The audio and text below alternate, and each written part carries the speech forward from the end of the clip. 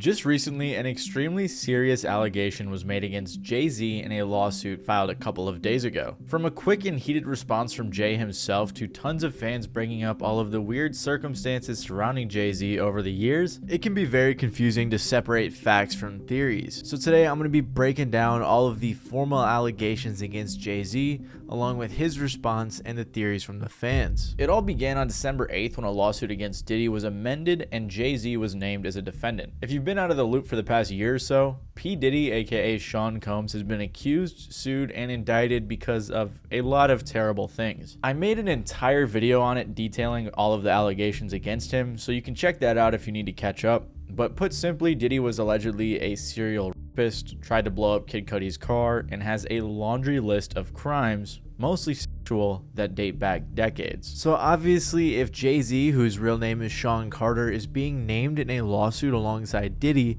that can't be a good thing. According to CNN, the woman, who is identified as a Jane Doe, says she was 13 years old at the time she was allegedly assaulted by Combs and Carter at an after party following the Video Music Awards in 2000. The woman alleges she began to feel woozy after consuming a drink at the party and wandered into a nearby bedroom. The woman alleges Carter raped her first, followed by Combs. The woman says she hit Combs and ran out of the party, according to the amended lawsuit. NBC said that the girl was dropped off by a friend at the VMAs, but she didn't have a ticket. Apparently, she tried to find a way to an after party, and a driver who said he worked for Diddy said that she fit what Diddy was looking for. So he took her there, and allegedly she even had to sign an NDA to go into the after party, but she never got a copy. After the incident, the girl ran to a gas station and called her dad. So basically, Jay-Z is being accused of being a 13-year-old girl back in the year 2000. Then the lawsuit said that the woman's legal team reached out to Jay-Z to try and resolve the problem. Jay-Z responded to said letter by not only filing an utterly frivolous lawsuit, but by also orchestrating a conspiracy of harassment, bullying, and intimidation against her lawyers, their families, employees, and former associates in an attempt to silence her. They said that the effort to scare the alleged victim didn't work, and they plan to continue with the lawsuit. Also, the reason that all of these lawsuits have been coming out lately, out of New York in particular, is because New York recently extended their statute of limitations. What that means is that a crime that happened a super long time ago wouldn't have been able to be prosecuted, but now since they have a 2-year look back window, you can file a lawsuit. I explained this in my previous video about Diddy because he's got hundreds of suits against him right now, but that's why all of these lawsuits have been coming out lately. The lawyer filing the suit against Jay-Z is also the guy who you may remember announced he was representing 120 new victims against Diddy. He said high-profile names would be named once he had enough information, and I suppose now he thinks he has enough to bring Jay-Z down. This suit in particular was filed back in October, but Jay-Z wasn't named until the other day. Instead, he was referred to as Celebrity A. The suit also claimed that another celebrity stood by and watched as Combs and Carter took turns assaulting the minor. Many others were present at the after party but did nothing to stop the assault. The suit also said that Jay-Z has been with Diddy during many of his crimes, and those were the only times Jay was mentioned in the suit, for 4 particular incidents out of the 20-page suit that was largely aimed against Diddy. And for a lot of artists who over the years have built up a ton of goodwill with their fans, you'd think Jay-Z fans would come to defend him. However, because of all these strange circumstances surrounding Jay-Z, a lot of people have been looking at him sideways. The strangest thing about this whole situation is that back in November, when the attorney filing this case, Tony Buzbee, announced that he was representing 120 newly alleged victims, an anonymous male celebrity sued him. About 3 weeks ago, an unnamed plaintiff, who turned out to be Jay-Z,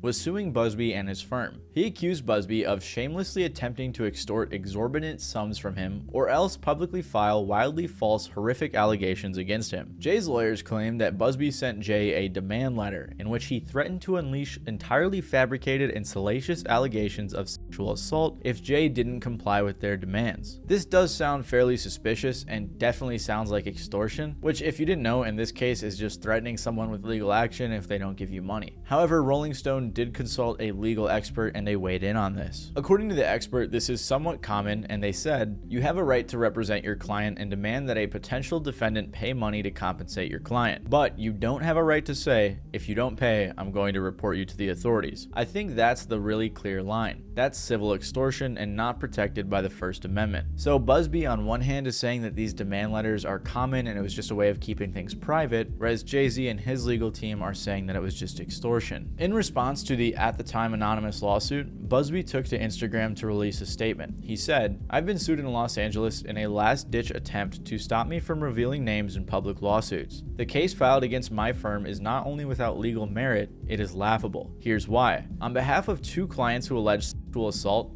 we sent a standard demand letter to a New York lawyer that we know represents an alleged perpetrator and potential defendant. The letters were sent seeking a confidential mediation in lieu of filing a lawsuit. No amount of money was included in the demand letters. No threats were made. The demand letters sent are no different than the ones routinely sent by lawyers across the country in all types of cases." So this whole extortion thing and the lawsuits flying back and forth makes this pretty complicated. And right now it's basically a he said, she said situation because us general folks don't have enough information to come to a good conclusion of what actually happened. We don't know what exactly buzbee said in the demand letter, and we don't know all of the information that buzbee has against Jay-Z. So all of this makes the lawsuit situation all the more complicated, and Jay-Z was forced to respond swiftly. After all of this went down and the lawsuit hit the news cycle on December 8th, Jay-Z responded within hours with a statement on the Roc Nation Twitter page. He said, "My lawyer received a blackmail attempt called a demand letter from a lawyer named Tony Buzbee. What he had calculated was the nature of these allegations and the public scrutiny would make me want to settle. No sir, it had the opposite effect. It made me want to expose you for the fraud you are in a very public fashion. So no, I will not give you one red penny. These allegations are so heinous in nature that I implore you to file a criminal complaint,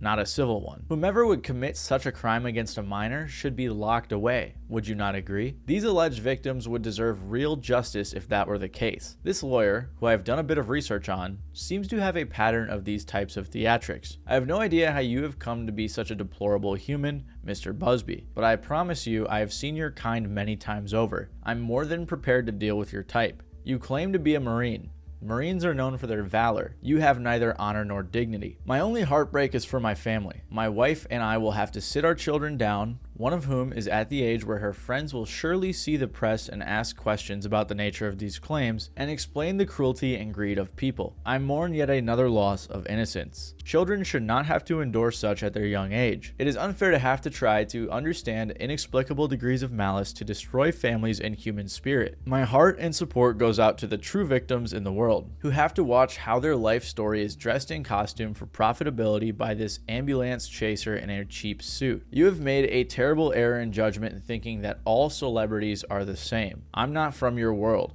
I'm a young man who made it out of the project of Brooklyn. We don't play these types of games. We have very strict codes and honor. We protect children. You seem to exploit people for personal gain. Only your network of conspiracy theorists, fake physics, will believe the idiot claims that you have levied against me that, if not for the seriousness surrounding harm to kids, would be laughable." This was the original version of the post from Jay-Z, which was quickly deleted to add this last sentence in which he said, "I look forward to showing you just how different I am." So Jay-Z's response was also ran as an ad on Twitter, which was definitely kind of strange, although some people were saying that he was just trying to spread the word and defend his name. After this came out, a lot of fans pointed out what buzbee said weeks ago, and it really became a whole debate of whether or not this whole situation was just extortion. But like I said, it's really hard to call anything right now because we don't know what buzbee said, we don't know what Jay-Z said or what he did, so it's hard to come to a conclusion. A lot of people also thought the addition of the last line, "I look forward to showing you just how different I am," was a pretty devious thing to say. And then just yesterday, Jay-Z's lawyers motioned for the defendant Jane Doe to reveal her identity before proceeding. This is the first legal action we have seen publicly from Jay-Z in this case, and in the motion for the plaintiff to reveal their identity, Jay's lawyers said, "For months, an extortionate campaign has been targeting Jay-Z under cover of darkness. That campaign was cynical and calculated to force payment of an exorbitant sum of money. Jay would have to pay X millions of dollars irrespective of the truth or else." They also alleged that buzbee tried to shut down Jay-Z's defense. So Jay's lawyers are calling for either the accuser to reveal her identity or for the allegations to be dismissed. Basically, they were saying that no facts had actually been provided and this was just buzbee's way of trying to use his high-profile Diddy case to extract money from other celebrities, and if they didn't pay, he'd destroy their reputations. Also, in a few of the recent cases against Diddy, the judges have ruled that the anonymous plaintiffs would also have to identify themselves so it's possible that that will have to happen here as well. Quick little editor's note. While I'm filming this video, Tony Buzbee tweeted out, "The New York Times contacted me to ask for my response to rapper Jay-Z's allegation that I tried to extort and blackmail him. My response is pretty straightforward. No one has made any threats. Jay-Z's assertions are bogus and laughable. Instead, our firm has sent a standard demand letter seeking a mediation on behalf of a woman who alleges Jay-Z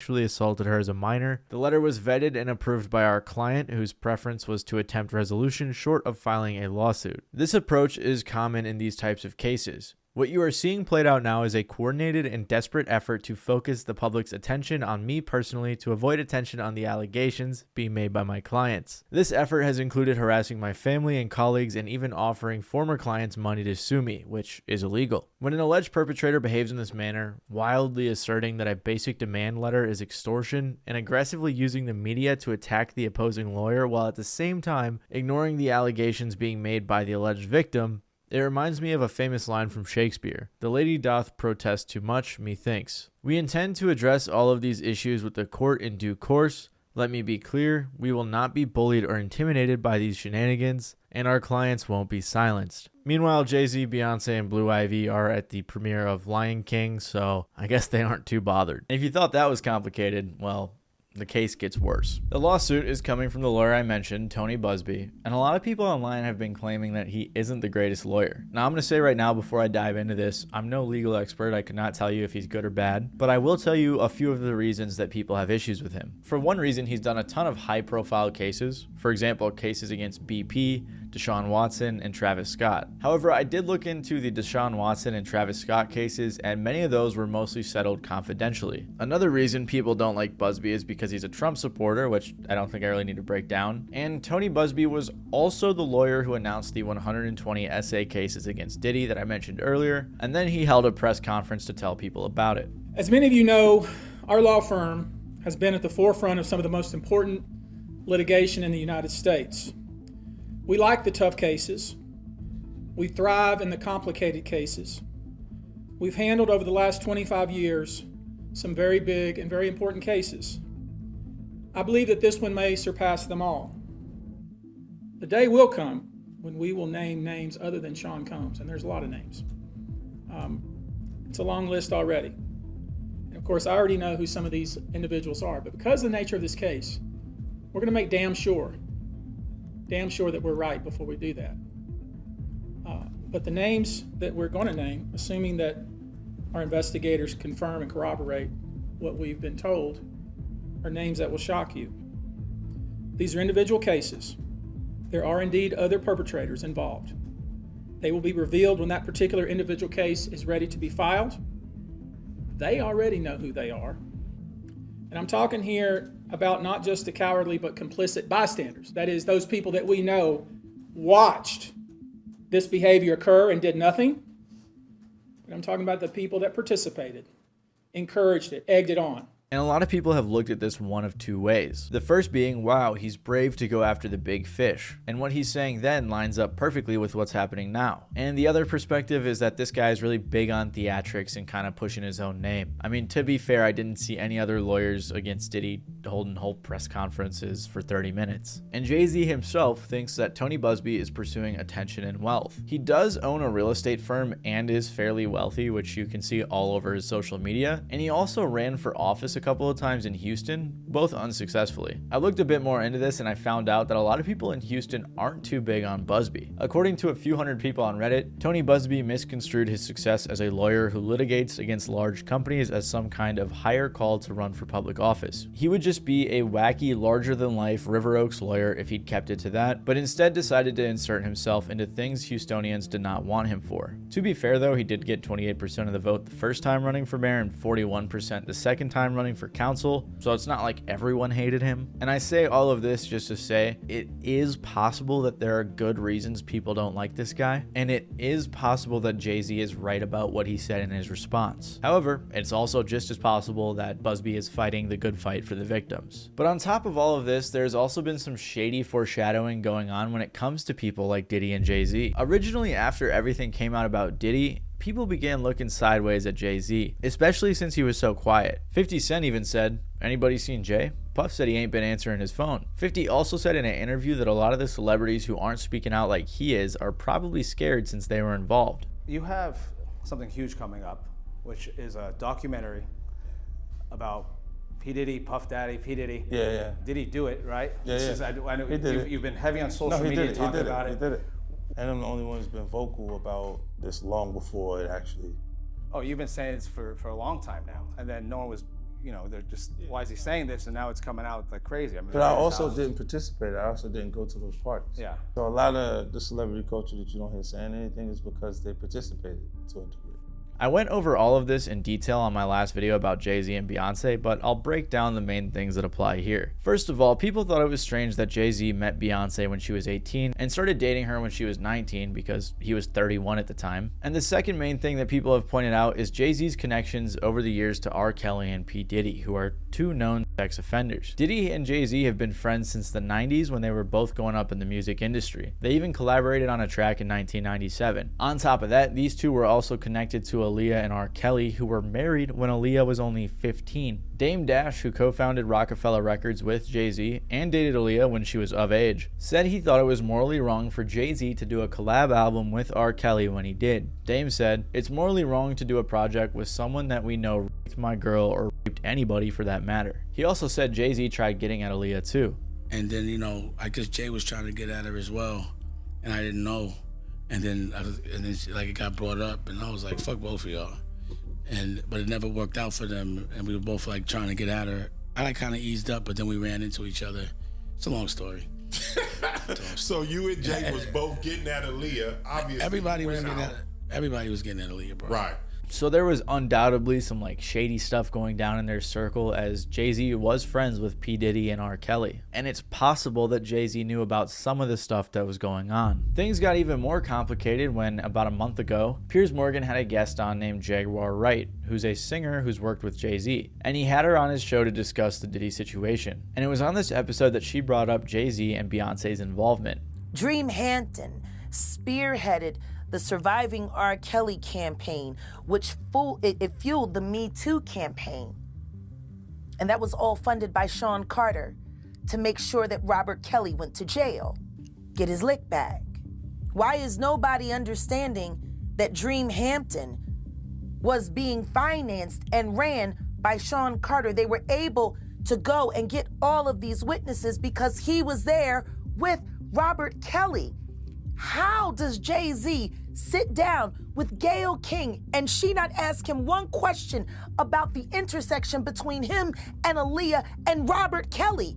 This is insane that people keep refusing to see what's right there. To be clear, I couldn't find any articles funding this docuseries, by the way, but I did see a few articles that said Jay-Z declined to be interviewed for the show. Jaguar also said in this interview that Jay-Z and Beyonce are a nasty couple who do nasty things. Now, before I tell you what followed this interview, I want to tell you a little bit about Jaguar Wright. In my previous video, I mentioned that Jaguar has made a ton of crazy claims, many of which have gone nowhere, so I wouldn't count on her to be the most credible source, although she has gotten some things right. But it's also possible that she does know something. One person on Reddit said it pretty well when they said, she might be right about some of the stuff regarding Diddy, but I'm guessing a lot of it was already known in the music industry. And even a broken clock like Jaguar Wright is right twice a day. Regardless, following her interview on Piers Morgan, Jay-Z and Beyonce's lawyers reached out to Piers. They said Piers Morgan's irresponsible broadcast filled with lies is so far over the line that a legal ultimatum was warranted. Nobody acting under the guise of journalism can elicit outrageous statements from exploitive situations in an effort to drive clicks and not have to answer for that. Because of this, Piers Morgan actually apologized and trimmed the segment from his show. Well, last week I interviewed Jaguar Wright, a singer-songwriter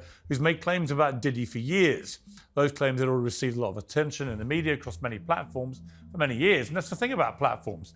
The reality of the modern world is that pretty much everyone has a platform as long as they have something to say that other people want to hear. That's why we invited her on to be interviewed. The people making these claims have an audience with or without shows like mine. Well, Jaguar Wright unexpectedly made several serious allegations about Jay-Z and Beyonce during that interview. As I said in the moment, they were not present to respond or defend themselves, but now they have. Their lawyers contacted us to say that those claims were totally false and have no basis in fact, and we've therefore complied with the legal request to cut them from the original interview. Editing interviews is not something we do lightly at a show called Uncensored. But, like the proverbial cries of fire in a crowded theatre, there are legal limits on us too. And we apologise to Jay-Z and Beyonce. Again, there are two main ways to take this. One, Beyonce and Jay-Z didn't want crazy, disrespectful misinformation like this on the internet, or they really did what Jaguar was saying and were trying to keep it quiet. Regardless, this only made the situation bigger, and around this time, Jaguar Wright also went on Real Life Productions for another interview. She again stirred the pot and made an hour's worth of more huge claims, and also spoke on the theory that Jay-Z and Beyonce were involved in the death of Aaliyah. I want you to think about this. Sean Carter is responsible for enacting Hype Williams to put Aaliyah on a faulty plane to move her out the way as punishment for rejecting him, and so he could level up Beyonce, who was struggling. Let's just say allegedly that happened. Now I want you to think about 106th and Park with Mary J. Blige. Free, who is a victim of Sean Carter. Yeah. Mary J. Blige, who is a victim of Sean Combs, are sitting there talking about the death of Aaliyah amongst each other. Think about that. You got a Diddy victim, you got a Jay-Z victim, and you got a superstar gone. They know what happened. And yet, they had to sit there and have that conversation like they didn't know who did it. Allegedly. This TikTok in particular got 15 million views with damn near every comment saying they believe her. And whether or not you believe Jaguar is entirely up to you, but she's been making a ton of headlines for her claims. And all of this happened about a month or so before the lawsuit came out against Jay-Z, along with Jay-Z's claims of extortion, which brings us to where we are today. Right now, there are two main schools of thought. First, there is the group of people I mentioned that are cross-referencing Jay-Z's friendship with people like Diddy and R. Kelly. There are a ton of Twitter threads with people talking about all of the Jay-Z suspicious incidents and all of his friendships over the years. One fan said Jay-Z has 2 albums with R. Kelly and a whole tour with him and is close friends with him, Diddy, and Harvey Weinstein, but there's suddenly no way he could be a predator because he's married to Beyonce. Another said that message Jay-Z posted was condescending, narcissistic, and used victim blaming and gaslighting rhetoric, and he never not once said he didn't do it. I hope he goes down bad. A lot of people think that this super quick response means that they knew this was coming and are guilty, so this was prepared in advance. On the flip side, the other major group is the people who think Jay-Z is innocent, or should at least be innocent until proven guilty when more information comes out. This is for a few reasons. For example, Ebro said in defense of Jay-Z,